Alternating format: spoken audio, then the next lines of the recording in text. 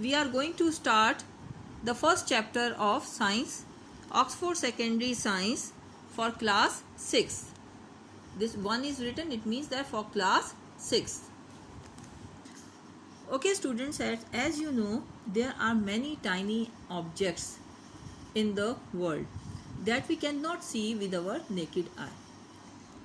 We need to examine those tiny objects with the help of microscope. Today we are going to study the structure and function of this compound microscope.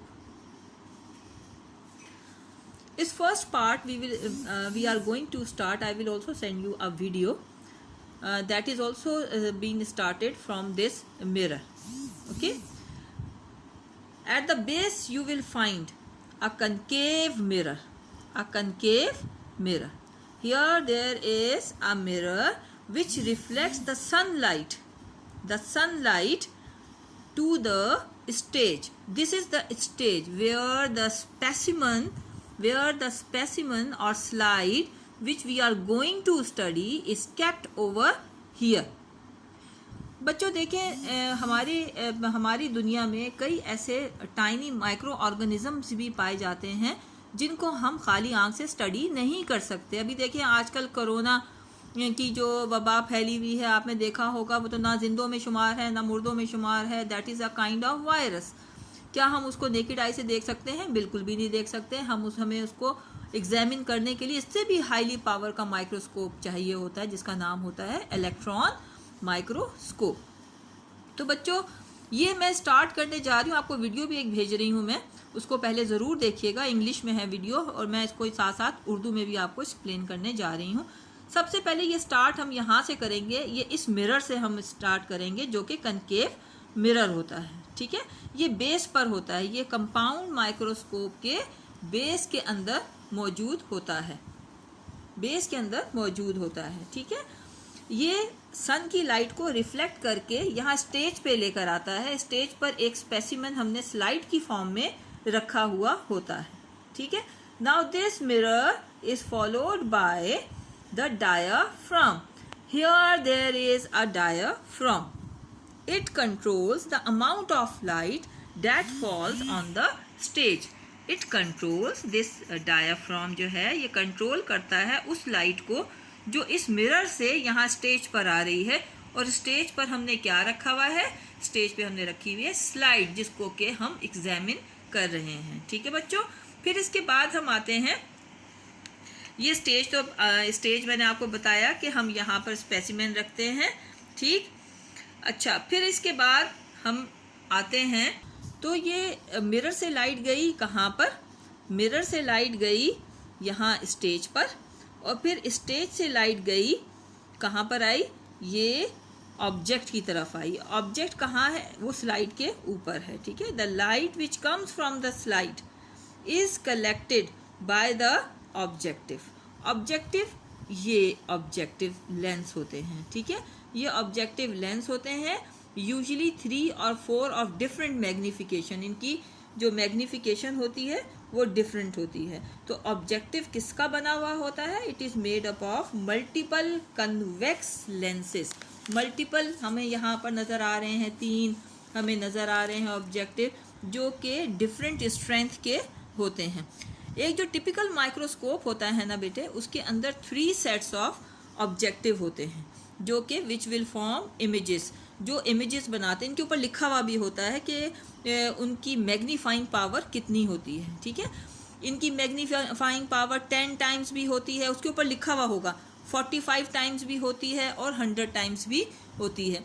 अभी जो मैं आपको video भेजूंगी उसमें अलग अलग उसकी मैग्नीफाइंग पावर जो है वो वीडियो के एंड में भी आपको नज़र आएगी. ऑब्जेक्टिव के बाद हम आते हैं इस बॉडी ट्यूब के पास आते हैं. ये body tube. Objective is followed by this body tube where a true image of specimen is form. यहाँ पे जो स्पेसिमेन हमने रखा है उसका जो ट्रू इमेज होगा वो यहाँ से होता हुआ ये आई पीस, यहाँ पर भी एक लेंस, कन्वेक्स लेंस लगा हुआ होता है. अच्छा, जिसकी भी मैग्नीफिकेशन डिफरेंट होती है. मोस्टली उसकी मैग्नीफिकेशन 10 और या 15 होती है। On the body of this compound microscope there are coarse adjustment. You can see that wheel like coarse adjustment. On the arm of this is the arm of microscope. There are two knobs you can find. One is big knob and second is small knob. अच्छा, there are two knobs. जो बड़ा वाला है इसको हम coarse knob कहते हैं, course knob या फिर कोर्स फोकस कहते हैं। That moves the objective lens a long way quickly, जो कि ऑब्जेक्टिव लेंस को मूव करने की सलाहियत रखता है। ठीक है। दूसरा ये छोटी वाली व्हील आपको नजर आ रही होगी, इसको कहते हैं फाइन नॉब या fine focus. It makes fine adjustment to the focus. ये हमें क्या करता है, एडजस्ट करके देता है ताकि जो हमने यहाँ पे स्पेसिमेन रखा हुआ है वो अच्छे तरीके से उसका इमेज जो होता है, it brings the image in focus. ये बच्चों ये देखिए, ये बच्चों ये आपका पहला क्वेश्चन है। पहला क्वेश्चन जो कि आपने इसी तरीके से, मैं आपको PDF फाइल भेज रही हूँ, उसका जो क्वेश्चन नंबर 1 है, describe the different parts of microscope. ठीक। अब आप अगर उसका एक कॉपी निकाल कर उसको ऐसे ही इसको पेस्ट करना चाहें तो वो भी आपकी मर्जी है, अदरवाइज आप इसको बनाना चाहें तो बना दें तो बहुत अच्छा है। ठीक है। तो ये आपने इसके डिफरेंट जो पार्ट्स हैं इसी तरीके से आपने काम करना है इंटरलीफ पेज के ऊपर। ठीक।